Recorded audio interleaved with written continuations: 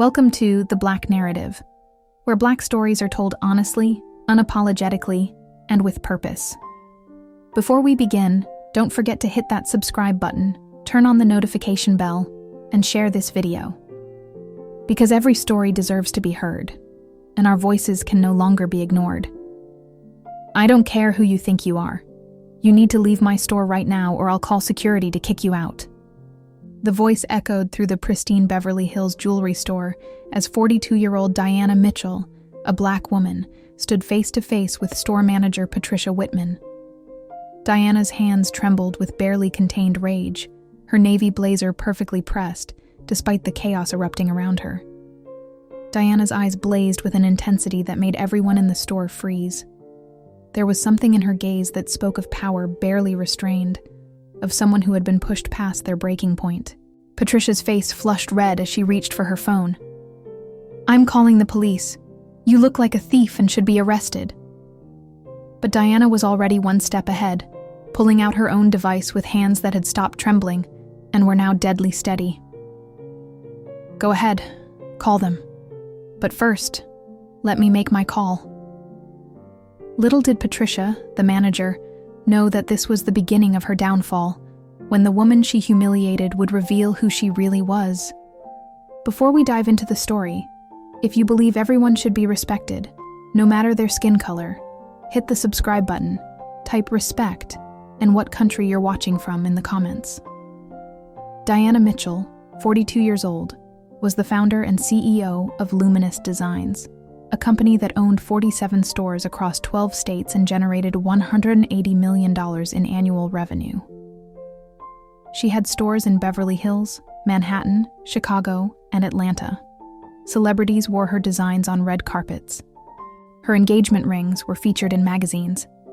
She had been on the Forbes list of America's richest self-made women for the last 8 years. But here's what made Diana truly remarkable. Despite having more money than she could spend in 10 lifetimes, she still drove her 2003 Honda Civic, the same car she had bought when her business finally started making real money. When people asked her why she didn't upgrade to a luxury car, Diana always gave the same answer. "It's a waste of money. This car gets me where I need to go, and every time I look at it, I remember where I came from." Every morning, Diana followed the same ritual. She woke up at 5 a.m., put on her grandmother's bracelet, and decided which of her stores to visit unannounced. This wasn't about checking up on employees or looking for problems. It was about making sure that every customer who walked into a Luminous Design store got treated the way Diana wished she had been treated during the years when she was struggling. "I built this company," Diana often told her employees, "so that no one would ever have to feel the way I felt when people looked at me and decided I didn't belong somewhere." The store where all the drama unfolded was Luminous Designs Beverly Hills. This wasn't just any store in Diana's empire. This was her flagship location, her pride and joy, the crown jewel of everything she had built. Located on Rodeo Drive, this store generated $2.3 million in revenue every single month. It was where A-list celebrities shopped for red carpet events, where old Hollywood money families had been customers for years, where engagement rings worth more than most people's houses were just another Tuesday sale. Diana had designed every detail of this store herself. The lighting had been positioned to make every diamond sparkle perfectly. Running this flagship location was Patricia Whitman.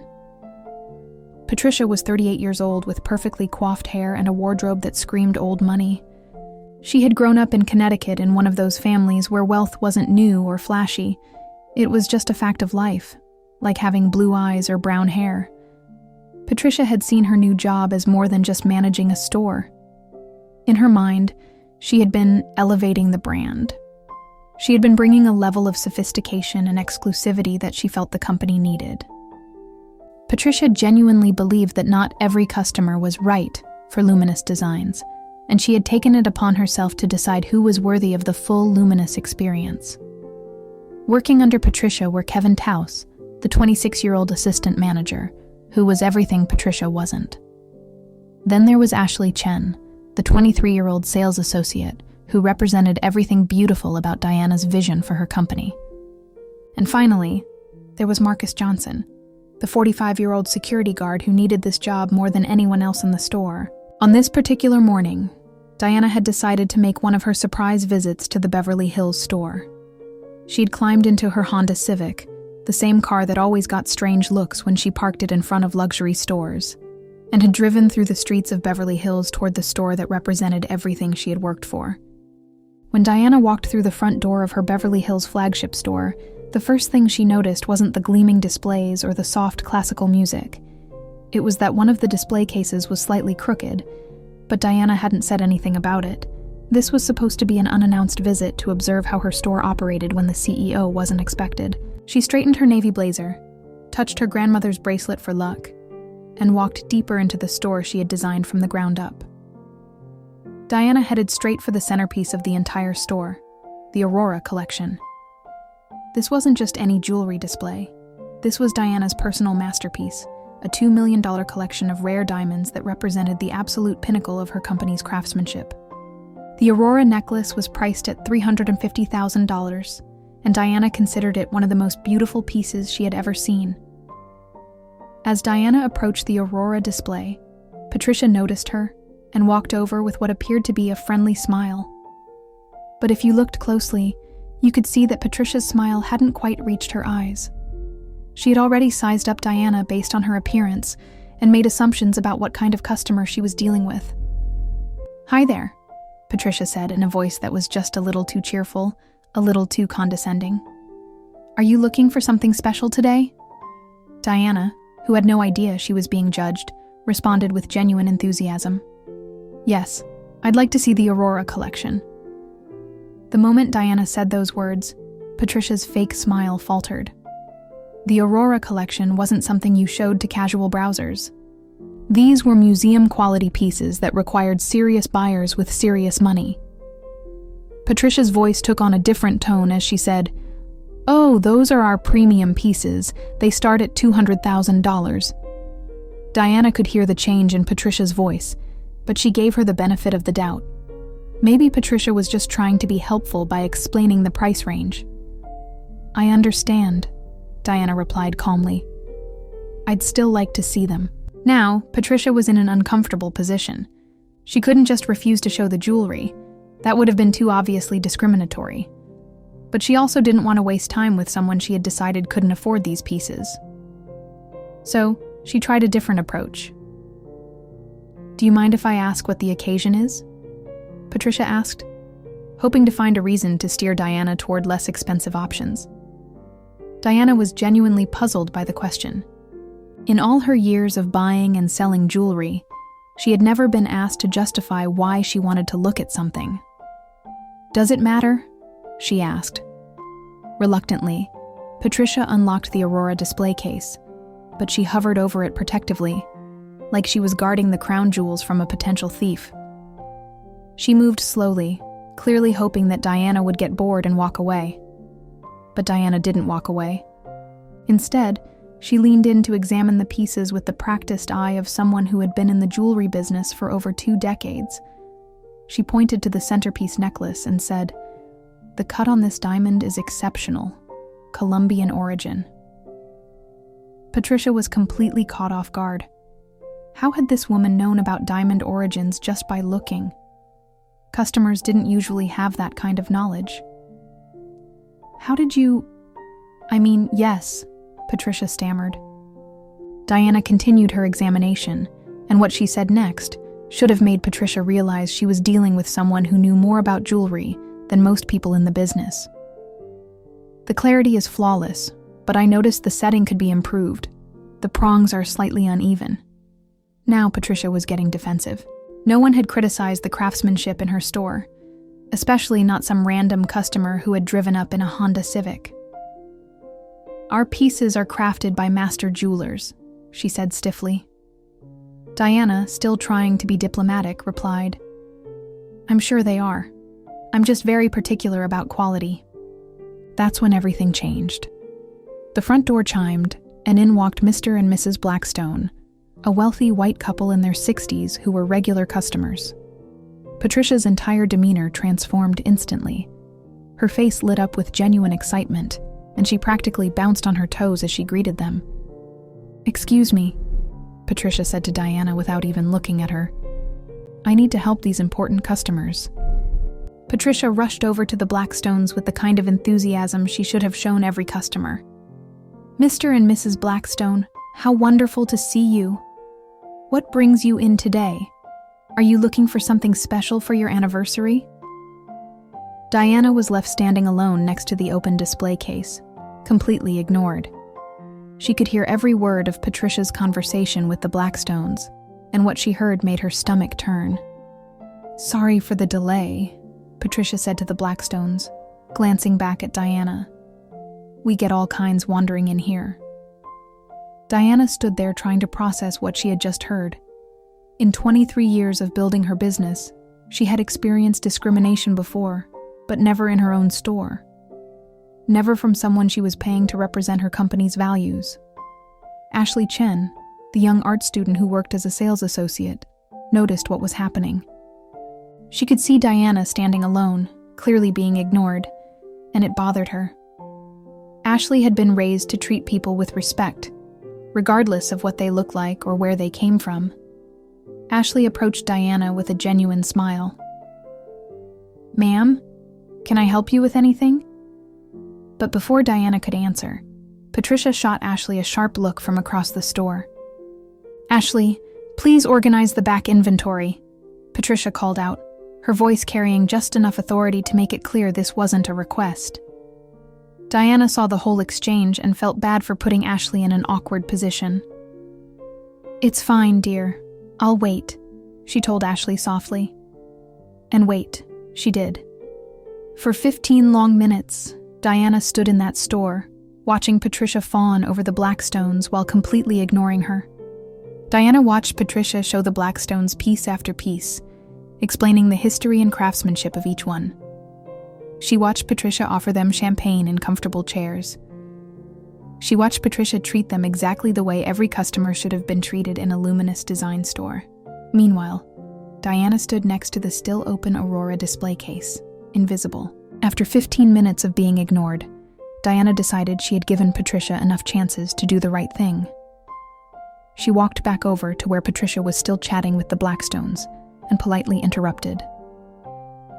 "Excuse me," Diana said, her voice still calm and professional. "I'm still interested in the Aurora piece." Patricia turned to look at Diana with barely concealed annoyance. She was clearly irritated that Diana hadn't taken the hint and left. "Look," Patricia said, not even trying to hide her frustration anymore. "Those pieces require serious financial commitment. Maybe you'd be more comfortable in our cheaper fashion jewelry section." The fashion jewelry section? Patricia was literally trying to redirect Diana to the cheapest items in the store, pieces that cost under $500, because she had decided that Diana couldn't afford anything expensive. Diana felt her jaw tighten, but she kept her voice steady. "I'd like to purchase the Aurora necklace. The $350,000 piece." Patricia laughed. Not a polite chuckle, but a genuine laugh, as if Diana had just told her the funniest joke she had ever heard. "I'm going to need to see proof of funds first," Patricia said, still smiling like she had caught Diana in some kind of game. "Proof of funds?" Diana asked, genuinely confused. "Credit cards, bank statements, something that shows you can actually afford this," Patricia explained, as if she were talking to a child who didn't understand how money worked. Diana looked around the store, her mind racing. "Is this standard policy for all customers?" Patricia glanced over at the Blackstones, who were still browsed comfortably, without anyone asking them for financial verification. For purchases of this magnitude, yes. Patricia lied smoothly, but Diana had been watching the Blackstones for the past 15 minutes. She had seen them handle pieces worth just as much as the Aurora necklace. She had seen Patricia offer them champagne and treat them like royalty. And she had noticed that not once had Patricia asked them for proof of funds, credit checks, or any kind of financial verification. Patricia turned to her. "Get out of here. You don't even look like someone who can afford the Aurora piece. Probably you're here to steal it, so get out." Diana looked Patricia straight in the eye and said, "I won't get out." The statement hung in the air like a bomb waiting to explode. Patricia's smile finally disappeared completely as she realized that Diana wasn't some confused customer who had wandered into the wrong store. Diana was someone who understood exactly what was happening and wasn't going to let it slide. If you were in Diana's shoes, would you leave the store for peace to reign or stay to reveal who you are? Share your thoughts in the comments, and don't forget to subscribe for more stories like this. The temperature in the store seemed to drop 10 degrees as the two women stared at each other. The Blackstones had stopped browse and turned to watch. Ashley froze behind the counter. Kevin looked up from his paperwork with concern. Even Marcus, the security guard, shifted his position to get a better view of what was unfolding. Diana had given Patricia every opportunity to treat her with basic human dignity. She had been patient, polite, and professional, even when faced with obvious discrimination. But Patricia had crossed a line that Diana couldn't ignore. "Excuse me." Patricia's face hardened like concrete, her fake politeness finally dropping completely. The mask was off, and what Diana saw underneath wasn't pretty. "You heard me," Diana replied, her voice still controlled, but with an edge that hadn't been there before. "You've treated me differently from the moment I walked in." Patricia's eyes flashed with indignation. How had this woman dared to accuse her of discrimination? "I treat everyone according to our store standards," she said, crossing her arms defensively. Diana looked around the store at the Blackstones, who were still being treated like royalty, at the champagne glasses Patricia had offered them, at the comfortable chairs they had been invited to sit in. Then she looked back at Patricia. "Your standard seems to vary based on skin color." That accusation hit Patricia like a slap across the face. Her voice rose an octave as she practically shrieked. "That is completely inappropriate. I'm going to have to ask you to leave." But Diana wasn't backing down. Not this time. Not in her own store. "I'm not going anywhere until I speak to your manager." Patricia's face turned red with rage. "I am the manager." Diana's voice remained steady, but there was steel underneath it. "Now then, I want to speak to your manager." "There's no one above me at this location," Patricia declared, puffing herself up with self-importance. "This is my store." Something in Diana's expression shifted. Her voice dropped to barely above a whisper, but somehow it carried more threat than if she had been shouting, "Your store?" That's when Patricia made the biggest mistake of her career. Instead of recognizing the danger, instead of hearing the warning in Diana's voice, Patricia doubled down on her arrogance. "Yes, my store," Patricia screamed, her accent becoming more pronounced as her composure cracked. "I run this place and I decide who gets served and who doesn't." Diana stood up straighter, and for the first time since walking into the store, she looked every inch the powerful businesswoman she was. "And you've decided I don't deserve service?" "I've decided you're causing a disruption and possibly a thief," Patricia shot back, gesturing wildly with her hands. By then, the entire store had gone quiet, except for their voices. The Blackstones had stopped pretending to browse and were openly staring at the confrontation. Other customers pulled out their phones and were recording everything. Ashley stood frozen behind the counter, her hand covering her mouth in shock. Even the soft classical music couldn't mask the tension that filled the air. Kevin Torres, the assistant manager, who had been watching this disaster unfold, finally tried to step in. His business school training had told him that this situation was spiraling out of control and needed to be de-escalated immediately. "Patricia, maybe we should..." Kevin started, his voice diplomatic and calm, but Patricia whirled on him like a wild animal. "Kevin, stay out of this," she screamed, pointing her finger at him accusingly. Then she turned to Marcus, the security guard. "Marcus, escort this woman out." "Ma'am, are you sure?" Marcus said carefully, looking between Patricia and Diana. That's when Patricia completely lost it. Her voice rose to a shriek that could probably have been heard 3 stores down. "She's a thief and doesn't belong here. Get her out or you're both fired." The word "fired" seemed to echo through the store. Patricia had just threatened to fire 2 employees for refusing to remove a customer who hadn't committed any crime other than asking to buy expensive jewelry while being black.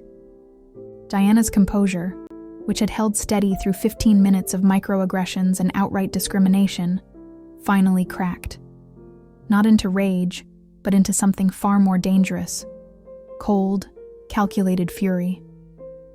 "You want to talk about firing people?" Diana asked, her voice so quiet that everyone in the store leaned forward to hear her. Diana pulled out her phone, her hands shaking then, not with fear, but with the kind of rage that came from years of being underestimated, dismissed, and discriminated against. The rage of a woman who had built an empire from nothing, only to watch an employee destroy everything she had worked for in the span of 30 minutes. "Don't you dare record this!" Patricia screamed, now completely hysterical. Diana looked up from her phone with eyes that could cut glass. "I'm not recording," she said in a voice that was deadly calm.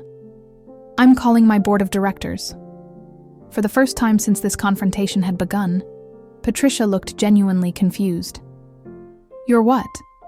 Diana's fingers moved across her phone screen as she dialed a number she knew by heart. When someone answered, her voice was crisp and professional, the voice of someone who is used to being obeyed without question. "Sarah, it's Diana Mitchell. Emergency board meeting. Now." Patricia caught the name Diana Mitchell, and something tugged at the back of her memory. She had heard that name before, but where? In her panic and rage, she hadn't been able to quite place it. But across the store, Ashley Chen went white as a sheet. She was frantically scrolling through something on her phone, her eyes getting wider and wider with each second that passed. Suddenly, she gasped so loudly that several customers turned to look at her. Kevin Torres had been watching Diana carefully throughout this entire confrontation, and something about her bearing, her confidence, her knowledge of jewelry had been nagging at him. When he heard the name Diana Mitchell and saw Ashley's reaction, the pieces finally clicked into place. The color drained from his face as he realized exactly who they were dealing with. Diana continued her phone conversation, her voice carrying clearly through the now silent store. "Yes, I'm at the Beverly Hills location. We have a serious problem." The way she said Beverly Hills location, not the Beverly Hills store or a store in Beverly Hills, implied ownership, implied authority, implied that she had the right to call emergency board meetings about what happened in that store. Patricia was still standing there, mouth open, trying to process what she was hearing. The name Diana Mitchell was circling around in her brain like a word on the tip of her tongue that she couldn't quite remember. "I need you to conference with the entire board," Diana continued into her phone. "Yes, all of them. This can't wait until Monday." Other customers were recording everything on their phones by then. The Blackstones had moved closer, clearly fascinated by the drama unfolding in front of them. Ashley was showing Kevin something on her phone, and Kevin's face kept getting paler and paler. "There's been a serious violation of company policy," Diana said into her phone, her eyes never leaving Patricia's face. "Discrimination, harassment, complete abandonment of our core values." Each word hit Patricia like a physical blow. Company policy, core values. Who was this woman, and why was she talking like she had authority over store policies? "I'll hold while you get everyone on the line," Diana said, then lowered her phone and looked directly at Patricia. The store was so quiet you could have heard a pin drop. Customers, employees, everyone was frozen, waiting to see what would happen next. Even the classical music seemed to have stopped, though that might have just been because everyone was holding her breath. Diana stood there with her phone in her hand, looking at Patricia with an expression that was part disappointment, part rage, and part something else. Something that looked almost like sadness. The sadness of someone who had built something beautiful, only to watch it be destroyed by the very people she had trusted to protect it. Patricia finally found her voice, though it came out as barely a whisper. "Who? Who are you calling?" Diana's smile was sharp as a blade. "I told you, my board of directors. The people who make decisions about stores like this one. The people who decide who stays and who goes. And that's when Patricia Whitman finally realized that she had made the biggest mistake of her life. The name Diana Mitchell hadn't just been familiar. It had been the name on every company memo, every policy document, every paycheck she had received for the past 8 months. Diana Mitchell hadn't been just some customer who had wandered into the store. Diana Mitchell had been the founder, the CEO, the woman who had built luminous designs from nothing and who owned every single store in the company. The woman Patricia had discriminated against, dismissed, and tried to have removed from the store wasn't just any customer. She was the customer. The one customer in the world who had the power to end Patricia's career with a single phone call. And Patricia had just given her every reason to do exactly that. "Oh my God," Ashley gasped, her voice rising with each word as the reality of the situation hit her like a freight train. Kevin Torres looked at Ashley's phone screen and saw the company newsletter photo that every Luminous Designs employee received monthly. There was Diana Mitchell smiling from the front page under the headline, "CEO Spotlight, Building Dreams, One Store at a Time." Kevin's face went from pale to absolutely white as he realized they were all witnessing the destruction of Patricia's career in real time. "Patricia, stop. Just stop talking," Kevin said urgently, trying to save his boss from digging herself deeper into a hole she'd never climb out of. But Patricia was still completely oblivious to the disaster unfolding around her. She looked around at her employees' shocked faces, at the customers recording everything, at the chaos she had created, and demanded, "What are you all looking at?" That's when Diana ended her phone call. She slipped her phone back into her purse with the calm precision of someone who had just set the wheels of justice in motion. When she looked up at Patricia, her expression was serene, almost peaceful. The kind of calm that came right before a storm. "Patricia," Diana said, her voice carrying the authority of someone used to being heard. "What do you know about Luminous Design's founding principles?" Patricia was annoyed by the question. Here she was trying to handle what she saw as a disruptive customer. And now, this woman was quizzing her about company policy. Diana reached into her purse with deliberate slowness, like a gunslinger drawing a weapon in an old Western movie. She pulled out a business card and held it between 2 fingers, letting Patricia get a good look at it. "Diana Mitchell," she read aloud. "Founder and Chief Executive Officer." The sound that came from Patricia's throat wasn't quite a gasp and wasn't quite a scream. It was the sound of someone's entire world crashing down around them in the span of 3 seconds. The business card might as well have been a death ticket for her career. Patricia stared at the card, her hands shaking so violently she could barely focus on the words. "This isn't... You can't be..." Diana's voice was calm, but underneath the calm was a steel edge that could cut through diamond. "Can't be what, Patricia? Can't be successful? Can't be wealthy? Can't own the store you just claimed was yours?" The full weight of what Patricia had done finally sank in. She had discriminated against her own CEO. She had tried to have the founder of the company removed from her own store. She had violated every principle that Diana had built the company on, and she had done it right in front of cameras and witnesses. Patricia's composure completely shattered. Tears started streaming down her face as she broke down completely. "I didn't know. I never meant..." But Diana wasn't interested in Patricia's excuses. 23 years of building a business had taught her to see through fake apologies and desperate backtracking. "You meant every word," Diana said with quiet certainty. "You meant every look, every assumption." The Blackstones, who had been watching this drama unfold like it was a movie, quietly gathered their things and left the store. They were embarrassed to have been part of this situation. Embarrassed that they had been treated like royalty while another customer was being discriminated against right in front of them. Other customers remained frozen in place, some still recording, all of them understanding that they were witnessing something extraordinary. This wasn't just a customer complaint. This was a reckoning. Diana turned to address each of her employees individually. her voice carrying the authority of someone who had earned the right to judge their actions.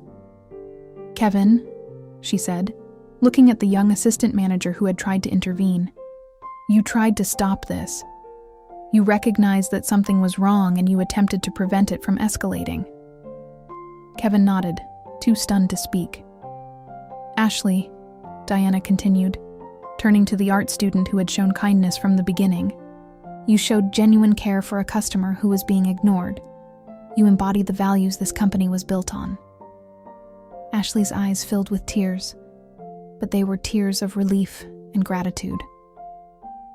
"Marcus," Diana said to the security guard who had refused to remove her from the store, "you questioned orders that felt wrong. You used your judgment instead of blindly following instructions." Marcus stood a little straighter, recognizing that his military instincts had served him well. Then Diana turned to Patricia, and her voice carried the weight of profound disappointment. "And you? You violated every principle this company stands for." Patricia was sobbing by then, makeup running down her face, her perfect appearance completely destroyed. The confidence and authority she had displayed just minutes earlier had evaporated completely. Diana's voice remained calm, but it carried the finality of a judge delivering a sentence. "Clear out your desk, Patricia. You no longer work here." Patricia collapsed into herself like a building being demolished. "Please, I have children, a mortgage. I was just trying to protect the store's reputation." Diana looked at Patricia with something that might have been pity if it hadn't been mixed with such disappointment. "Whose reputation? The store's or your own prejudices?" "I'll do better. I'll change." "Please don't do this," Patricia begged, reaching out toward Diana like she was drowning, and Diana was her only lifeline. But Diana had heard these desperate promises before from other employees over the years who had violated company policy and then had tried to bargain their way out of consequences. "You had your chance to do better," Diana said quietly. "You chose not to take it." The security cameras had captured everything. Every microaggression, every discriminatory comment, every moment of Patricia's unprofessional behavior had been recorded in high definition. There was no disputing what had happened, no room for Patricia to claim she had been misunderstood or treated unfairly. Patricia was still on the floor crying hysterically, trying to process that her life had just been turned upside down. The woman she had dismissed as unworthy of service had not only been wealthy enough to afford anything in the store, she had owned the entire company. The store Patricia had claimed was hers had belonged to the woman she had tried to have thrown out. Diana looked down at Patricia one last time. There was no satisfaction in her expression, no joy in having destroyed someone's career. There was only the quiet certainty of someone who had done what needed to be done to protect the values she had spent her life building. The other customers in the store were still recording, still watching, still trying to process what they had witnessed. They had come in to buy jewelry, and instead had gotten a front row seat to one of the most dramatic examples of justice they had ever seen. But Patricia wasn't done begging. She struggled to her feet, mascara streaking down her cheeks, her perfectly styled hair now disheveled from her breakdown. "Diana, please," she said, using Diana's first name for the first time, as if familiarity could somehow save her now. "I made a mistake. One mistake. Don't let it ruin my entire life." Diana turned back to face Patricia, and for a moment, there was something almost like compassion in her eyes. "One mistake," she repeated softly. "Patricia, this wasn't one mistake. This was a pattern of behavior that revealed who you really are." "But I can change," Patricia insisted desperately. "I can take sensitivity training. I can—" "You can't train away prejudice," Diana interrupted. "You can only choose not to act on it, and today you chose to act on every single bias you have." Patricia's legs gave out again, and she sank into one of the chairs that she had offered to the Blackstones, but never to Diana. The irony wasn't lost on anyone in the room. Diana addressed the store one more time, her voice carrying to every corner of the space she had designed with her own hands. "To our customers who witnessed this," she said, looking directly at the people who were still recording. "I want you to know that this is not what Luminous Design stands for. This is not who we are, and this will never happen again in any of my stores." One of the customers, an elderly gentleman who had been quietly observing everything, stepped forward. "Ma'am," he said respectfully, "the way you handled this situation showed more grace and strength than I've ever seen. You should be proud of what you've built here." Diana nodded gratefully. "I am, but I'm only as good as the people who represent my company. Today, 3 of my employees showed me exactly why I'm proud to have built this business." Kevin was still processing his promotion, but he stepped forward with the professionalism that had just earned him the biggest opportunity of his career. "Miss Mitchell, what would you like us to do about the rest of today's operations?" Diana looked around the store at the customers, at the displays, at the beautiful space she had created to make people feel special when they bought jewelry to celebrate life's most important moments. "We stay open," she said firmly. "We serve every customer with the respect and dignity they deserve, and we make sure that what happened here today never happens anywhere else in this company." Ashley, still stunned by her promotion, asked quietly, "What about the media? People are posting videos online already." Diana had built her business in the age of social media. She understood that videos of this confrontation would be everywhere within hours. "Let them post," she said calmly. "Let the world see what happens when you judge people by their appearance instead of their character. Let them see what happens when someone tries to deny service to a customer in their own store." Marcus approached Diana with the respect of one professional to another. "Ma'am, should I escort Miss Whitman from the premises?" Diana looked at Patricia, who was quietly gathering her things from behind the counter, her movements slow and defeated. "No, Marcus. Let her leave with whatever dignity she has left." Patricia paused in her packing and looked up at Diana one last time. "I really am sorry," she said. And for the first time, her apology sounded genuine rather than desperate. Diana studied Patricia's face for a long moment. "I believe you are," she said finally. "But sorry doesn't undo the damage you've done. Sorry doesn't erase the way you made me feel or the example you set for your colleagues or the customers who witnessed your behavior." Patricia nodded, understanding finally that there would be no reprieve, no second chance, no way to undo what she had done. She finished packing her personal items into a small box and walked toward the door. As she reached the exit, Patricia turned back one more time. "For what it's worth," she said quietly, "you built something incredible here. I'm sorry I wasn't worthy of being part of it." And then Patricia Whitman walked out of Luminous Design's Beverly Hills for the last time, carrying her box of belongings and the knowledge that she had destroyed her own career through her own prejudices and assumptions. The store fell quiet for a moment as everyone processed what they had just witnessed. Then Diana clapped her hands together once, a sharp sound that brought everyone's attention back to the present. "All right, everyone," she said, her voice returning to its normal warmth and authority. "We have a business to run, Kevin. I'll need you to call HR about Patricia's termination and your promotion. Ashley, congratulations on your new position. We'll discuss your new responsibilities tomorrow.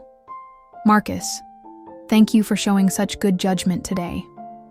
As the immediate crisis passed and normal operations began to resume, the remaining customers in the store found themselves in the unique position of shopping for jewelry from a CEO who had just provided them with an unforgettable lesson in leadership, justice, and the power of staying true to your values, even in the most difficult circumstances. Diana Mitchell had walked into her own store as a customer and had been treated like she didn't belong there. She was walking out as the CEO, who had just reminded everyone exactly what her company stood for and exactly what happened to people who forgot those values. The crooked display case had been straightened. Patricia Whitman was unemployed, and 3 employees had learned that doing the right thing, even when it was difficult, always paid off in the end. Justice had been served, not with anger or revenge, but with the quiet strength of a woman who had spent her entire life proving that she belonged everywhere she chose to go. With Patricia gone and the immediate crisis over, Diana walked back to the display case that had caught her attention when she first entered the store. The case was still slightly crooked, a small imperfection in an otherwise perfect store. Diana placed her hands on either side of it and gently adjusted it until it was perfectly aligned. It was a simple gesture, but somehow it felt symbolic. Diana putting her store back in order after the chaos Patricia had created. She turned to address the customers who had remained in the store, many of whom were still processing what they had witnessed.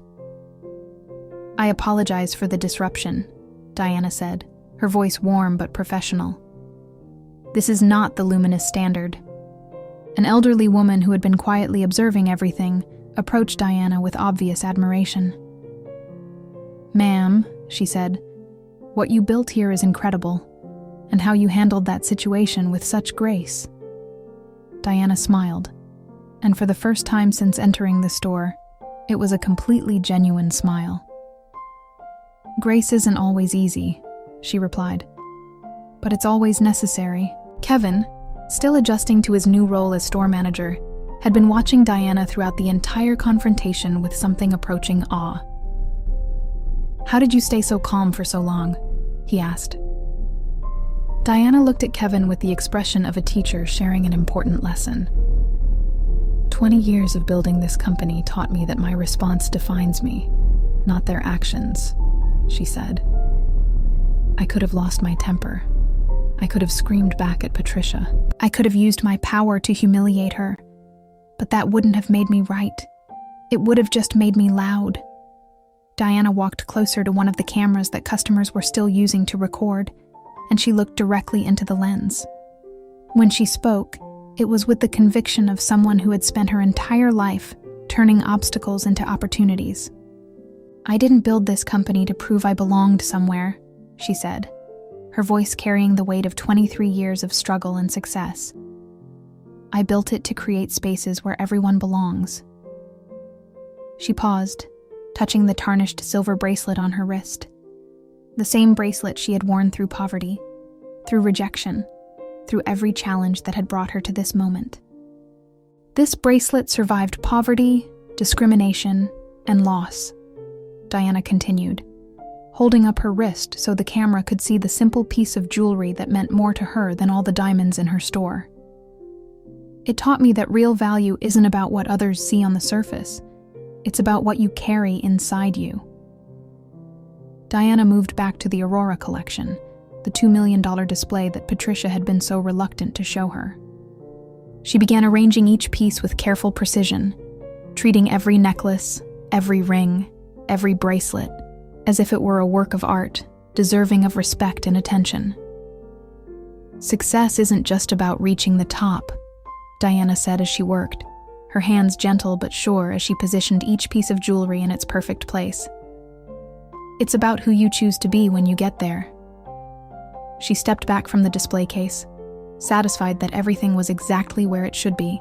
The store was operating normally by then, with Kevin helping customers, Ashley learning her new responsibilities, and Marcus maintaining his professional watch over everyone's safety. Diana looked around at the store she had built, at the employees who had shown integrity under pressure, at the customers who had witnessed justice being served with dignity rather than revenge. This was what she had worked for. Not just the financial success, but the creation of a space where people could feel valued and respected, regardless of who they were or where they came from. The woman who had been told she didn't belong in her own store had reminded everyone exactly why she belonged everywhere she chose to go. Through grace, through strength, and through the unshakable belief that treating people with dignity wasn't just good business. It was the only way to build something that lasted. The crooked display case had been straight. The discriminatory manager was gone. And Diana Mitchell had once again proven that the most powerful response to prejudice wasn't anger. It was success lived with grace and used to lift others up. If you enjoyed this story, click on the subscribe button and share with others so they can learn too. See you in our next story. That's today's story from the Black Narrative. If it moved you or opened your eyes, don't forget to like, comment, and share it with someone who needs to hear this. And most importantly, subscribe so you never miss another powerful story. Until next time, stay strong, stay loud, and stay part of the narrative.